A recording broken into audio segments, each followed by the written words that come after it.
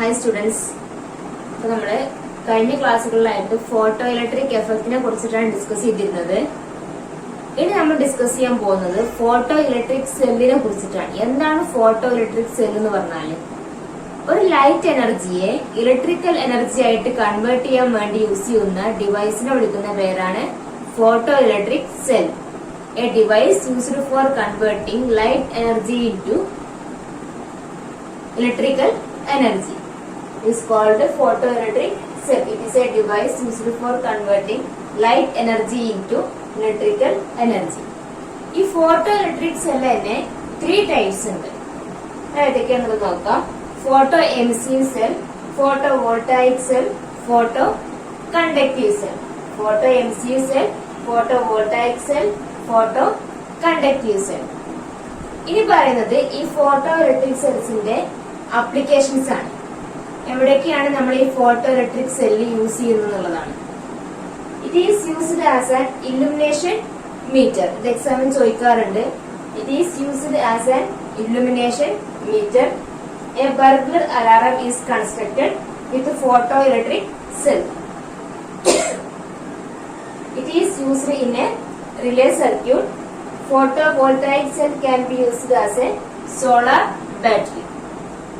അപ്പോ photoelectric cell എന്താണെന്ന് പഠിക്കുക. 3 types of photoelectric cell, അതിന്റെ ആപ്ലിക്കേഷൻസ്, അത്രയാണ് അതിൽ ഇമ്പോർട്ടന്റ് ആയിട്ടുള്ളത്. അപ്പൊ ഇത്രയാണ് നമുക്ക് ആ ഫോട്ടോ ഇലക്ട്രിക് എഫക്റ്റിനുള്ള ചാപ്റ്ററിൽ പഠിക്കാറ്. ഫോട്ടോ ഇലക്ട്രിക് എഫക്റ്റിനുള്ള ഭാഗം നമ്മൾ കഴിഞ്ഞ ക്ലാസ്സിൽ പറഞ്ഞതാണ്. അതിൽ ചെറിയൊരു ഭാഗം എടുക്കാനുണ്ടായിരുന്നുള്ളൂ, ഫോട്ടോ ഇലക്ട്രിക് സെല്ലിനുള്ള ഭാഗം. ഇനി നമുക്ക് പറയാനുള്ളത് ഈ ഫോട്ടോ ഇലക്ട്രിക് എഫക്റ്റിന്റെ ഭാഗത്തുള്ള പ്രോബ്ലംസ് ആണ്. നമുക്ക് പ്രോബ്ലം നോക്കാം.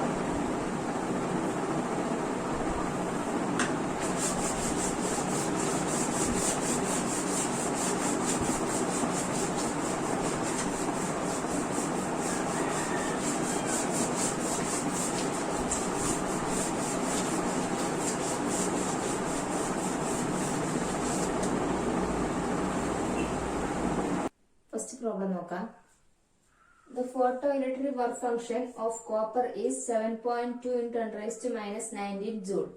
Calculate threshold wavelength and threshold frequency. നമുക്ക് തന്നിട്ടുള്ള data photo electric work function ആണ്.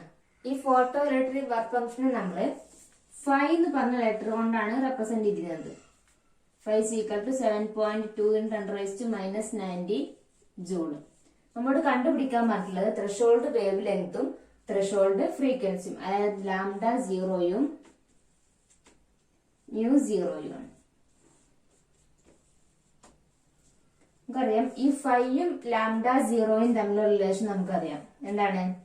Phi equal to HC by lambda zero. ഈ ഇക്വേഷൻ നമ്മൾ മുമ്പ് പഠിച്ചിട്ടുള്ളതാണ്. അപ്പൊ ഇതിൽ നമുക്ക് ലാംഡ സീറോ കാണാൻ ഇക്വേഷൻ എഴുതിക്കൂടെ? എങ്ങനെ എഴുതുക? ഈ ലാംഡ സീറോ അങ്ങോട്ട് കൊണ്ടുപോവുക, ഫൈനെ ഇവിടേക്ക് കൊണ്ടുവരിക. അപ്പൊ എന്താവും വരും ഇക്വേഷൻ?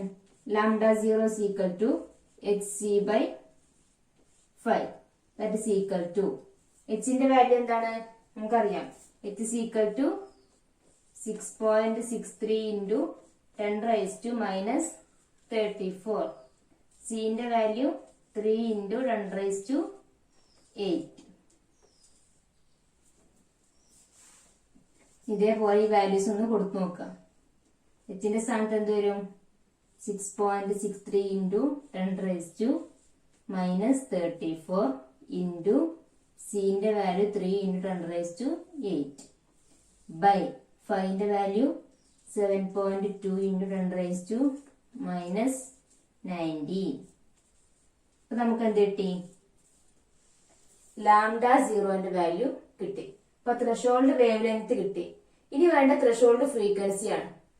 ഈ ത്രെഷോൾഡ് ഫ്രീക്വൻസിയും ത്രെഷോൾഡ് വേവ് ലെങ്ത് തമ്മിലുള്ള റിലേഷൻ ഉണ്ട്. എന്താണ്? Nu zero equal to C by lambda zero. ഇത് നമ്മൾ പഠിച്ചിട്ടുള്ള കാര്യമാണ്. Nu zero equal to C by lambda zero. അപ്പൊ ഈ ഇക്വേഷൻ, ഈ റിലേഷൻ ഉപയോഗിച്ച് നമുക്ക് എന്ത് ചെയ്യാം?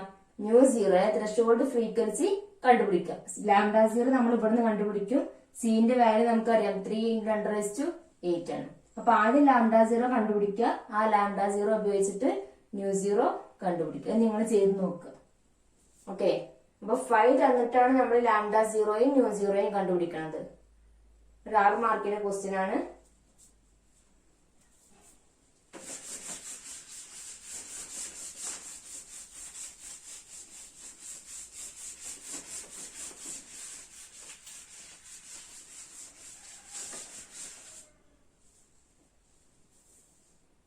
അടുത്ത പ്രോബ്ലം നോക്കാം. Threshold wavelength for sodium is 540 nanometer. Calculate the photoelectric work function. ഇവിടെ നമുക്ക് ത്രെഷോൾഡ് വേവ് ലെങ്ത് തന്നിട്ടുണ്ട്. അത് ഉപയോഗിച്ചിട്ട് ഫോട്ടോ ഇലക്ട്രിക് വർക്ക് ഫംഗ്ഷൻ ആണ് കണ്ടുപിടിക്കാൻ പറ്റുള്ളത്. നേരത്തെ നമ്മൾ വർക്ക് ഫംഗ്ഷൻ തന്നു, അത് ഉപയോഗിച്ചിട്ട് ത്രെഷോൾഡ് വേവ് ലെങ്ത് ആണ് കാണാൻ പറ്റുന്നുണ്ടായിരുന്നത്. ഇത് നേരെ തിരിച്ചാണ്. അപ്പൊ നമ്മൾ ആദ്യം തന്ന ഡാറ്റ സൈഡിൽ എഴുതി വെക്കാം. എന്നിട്ടായിട്ട് ഞാൻ threshold wavelength lambda zero is equal to 540 nanometer. Nanometer എന്ന് പറഞ്ഞാല് 10⁻⁻9 മീറ്റർ. നമ്മോട് കാണാൻ പറഞ്ഞ എന്താണ്? Work function. അപ്പൊ ഏത് റിലേഷൻ യൂസ് ചെയ്യേണ്ടത്? നമ്മൾ നേരത്തെ പറഞ്ഞ അതേ റിലേഷൻ തന്നെ. 5 equal to hc lambda zero. എച്ചിന്റെ വാല്യൂ അറിയാം, സിന്റെ വാല്യൂ അറിയാം. നേരത്തെ പറഞ്ഞിട്ടുണ്ടായിരുന്നു എച്ചിന്റെ സിന്റെ വാല്യൂ ഉപയോഗിച്ചിട്ട് ലാംഡ സീറോന്റെ വാല്യൂ അറിയാം. ഡയറക്റ്റ് ക്വസ്റ്റ്യൻ ആണ്, ചെയ്തു നോക്കുക.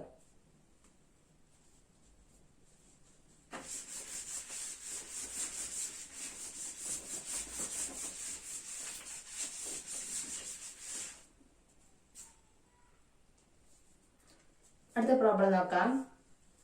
Ultraviolet light of wavelength 280 nanometer is incident on lithium whose work function is 4 into 10⁻⁻90 joule. What is the maximum kinetic energy of electrons? അതായത് ഒരു അൾട്രാ വയലറ്റ് ലൈറ്റ് ഒരു ലിഥിയത്തിന്റെ മുകളിൽ incident ചെയ്യാണ്. അപ്പൊ അതിന്റെ വേവ് ലെങ്ത് എന്ന് പറയുന്നത് 280 നാനോമീറ്റർ ആണ്. അപ്പൊ നമുക്കൊന്ന് തന്ന ഡാറ്റയൊക്കെ ഒരു സൈഡിൽ എഴുതി വെക്കാം. വേവ് ലെങ്ത്തിന് നമ്മളിത് ത്രെഷോൾഡ് വേവ് ലെങ്ത് ഒന്നല്ല, വേവ് ലെങ്ത് ആണ്. അപ്പൊ അതുകൊണ്ട് നമുക്ക് അതിനെ ലാംഡ എന്ന് റെപ്രസെന്റ് ചെയ്യാം. അപ്പൊ 280 നാനോമീറ്റർ. ഈ നാനോമീറ്ററിനെ നമുക്ക് മീറ്ററിലേക്ക് കൺവേർട്ട് ചെയ്യാം. 280 10⁻⁻9 meter. whose work function is 4 into 10⁻⁻90 joule. Work ഫംഗ്ഷനെ നമ്മൾ 5 ആണ് റെപ്രസെന്റ് ചെയ്യുന്നത്. 4 into 10⁻⁻90 joule. What is the maximum kinetic energy? Kinetic energy ആണ് നമ്മളോട് കാണാൻ പറഞ്ഞിട്ടുള്ളത്. അപ്പൊ ഈ കൈനറ്റിക് എനർജിയും ഫൈയും തമ്മിലുള്ള റിലേഷൻ നമ്മൾ മുമ്പ് പഠിച്ചിട്ടുണ്ട്. എന്താണ്? E is equal to 5 plus kinetic energy. നമ്മള് photoelectric equation, Einstein's photoelectric equation എഴുതിയപ്പോ അതിൽ പറഞ്ഞിട്ടുള്ള ഒരു കാര്യമാണ് E is equal to 5 plus kinetic. Total energy E is equal to photo electric work function plus kinetic energy. ഇതിൽ നമുക്കറിയാം we know E is equal to hc by lambda. Therefore equation become ഈയുടെ സ്ഥാനത്ത് എന്ത് വരും? hc by lambda. That is hc by lambda is equal to 5 plus k. ഇവിടെ ഈയുടെ സ്ഥാനത്ത് എന്ത് നമ്മൾ കൊടുത്തു? hc by lambda എന്ന് കൊടുത്തു. നമുക്ക് വേണ്ടത് എന്താണ്? കൈനറ്റിക് എനർജിയാണ് കണ്ടുപിടിക്കേണ്ടത്. അപ്പൊ നമുക്ക് കൈനറ്റിക് എനർജിക്കുള്ള ഇക്വേഷൻ ആക്കിയിട്ട് മാറ്റാം ഈ ഇക്വേഷനെ. അപ്പൊ കൈനറ്റിക് എനർജിയാണ് സൈഡിൽ നിർത്തിയിട്ട് ഈ ഫൈൻ അങ്ങോട്ട് കൊണ്ടുവരാം. അപ്പൊ എന്താ വരിക? hc by lambda minus 5. ഇനി ചെയ്തൂടെ? എച്ചിന്റെ വാല്യൂ അറിയാം, എത്രയാണ്? കോൺസ്റ്റന്റ് ആണ്, 6.63 into 10⁻⁻34. C is equal to 3 into 10⁻8. Values കൊടുത്തു നോക്കുക. into 3 into 10⁻8 by ലാംഡയുടെ വാല്യൂ അറിയാം, 280 into 10⁻⁻9 മൈനസ് 5. 5 എത്രയാണ്? 4 into 10⁻⁻19. ഈ ചെയ്ത് കിട്ടുന്ന ടേമിൽ നിന്ന് മൈനസ് 5 ചെയ്യണം. ഇപ്പൊ ഈ എഴുതിയിട്ടുള്ളത് എന്താണ്? എച്ച് സി ബൈ ലാംഡ ആണ്. എച്ചിന്റെ വാല്യൂ കൊടുത്തു, സിന്റെ വാല്യൂ കൊടുത്തു, ലാംഡയുടെ വാല്യൂ കൊടുത്തു. മൈനസ് 5. ഇത് ചെയ്ത് നോക്കിക്കഴിഞ്ഞാൽ നമുക്ക് എന്ത് കിട്ടും? ടോട്ടൽ കൈനറ്റിക് എനർജി കിട്ടി. അപ്പൊ ആദ്യം നമുക്ക് അറിയുന്ന ഇക്വേഷൻ എന്താണ്? ടോട്ടൽ എനർജിയുടെ ഇക്വേഷൻ അറിയാം. Is equal to 5 plus K ആണെന്ന് അറിയാം. അതിൽ നിന്ന് നമ്മൾ കൈനറ്റിക് എനർജിക്കുള്ള ഇക്വേഷൻ എഴുതി. അതിനോട് കൂടെ തന്നെ അതിൽ ചെറിയൊരു മാറ്റം വരുത്തി. ഈ ഇന്റെ സ്ഥാനത്ത് നമ്മൾ എന്ത് കൊണ്ടുവന്നു? എച്ച് സി ബൈ ലാംഡ കൊണ്ടുവന്നു. എന്നിട്ടാണ് നമ്മൾ അതിൽ നിന്ന് കൈനറ്റിക് എനർജിക്കുള്ള ഇക്വേഷൻ എഴുതിയത്. അതിനുശേഷം നമുക്ക് അറിയുന്ന ഡാറ്റാസ് ഒക്കെ അതിൽ കൊടുത്തു നോക്കി. എച്ചിന്റെ വാല്യൂ സിന്റെ വാല്യൂ കോൺസ്റ്റന്റ് ആണ്. ബാക്കി ലാംഡ 5 നമ്മളോട് ക്വസ്റ്റ്യനിൽ പറഞ്ഞിട്ടുണ്ടായിരുന്നു. അത് കൊടുത്തു കഴിഞ്ഞപ്പോൾ നമുക്ക് അതിന്റെ ആൻസറുകൾ. ഓക്കെ, അത് നിങ്ങൾ ചെയ്ത് നോക്കുക.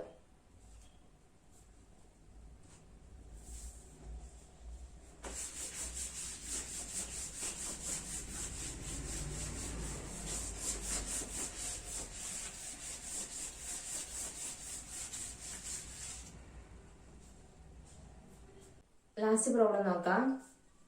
The work function of a metal is 2.8 electron volt. What is its threshold wavelength? നമ്മൾ ഫസ്റ്റ് ചെയ്യുന്ന അതേ മെത്തേഡിലുള്ള പ്രോബ്ലം തന്നെയാണ്. പക്ഷെ ഇവിടെ ഒരു വ്യത്യാസം എന്താ വെച്ചാൽ 2.8 ഇലക്ട്രോൺ വോൾട്ട് ആണ് ഇവിടെ യൂണിറ്റ്. ഇവിടെ വർക്ക് ഫംഗ്ഷൻ നമ്മൾ എങ്ങനെ റെപ്രസെന്റ് ചെയ്യാം?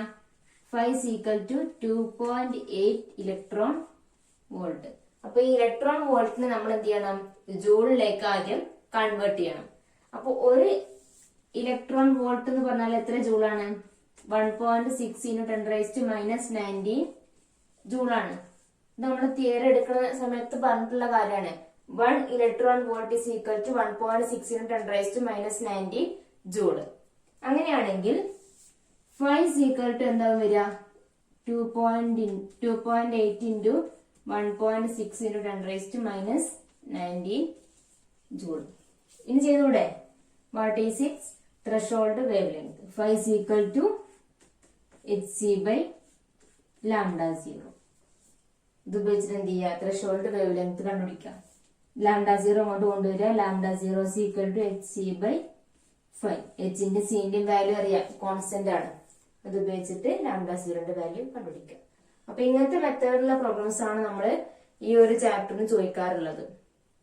ഇനി നമുക്ക് ഈ 4th മോഡ്യൂളിൽ 2 ചാപ്റ്റർ കൂടെ ഉണ്ട്, ന്യൂക്ലിയർ റിയാക്ടേഴ്സ് ആൻഡ് ലേസർ.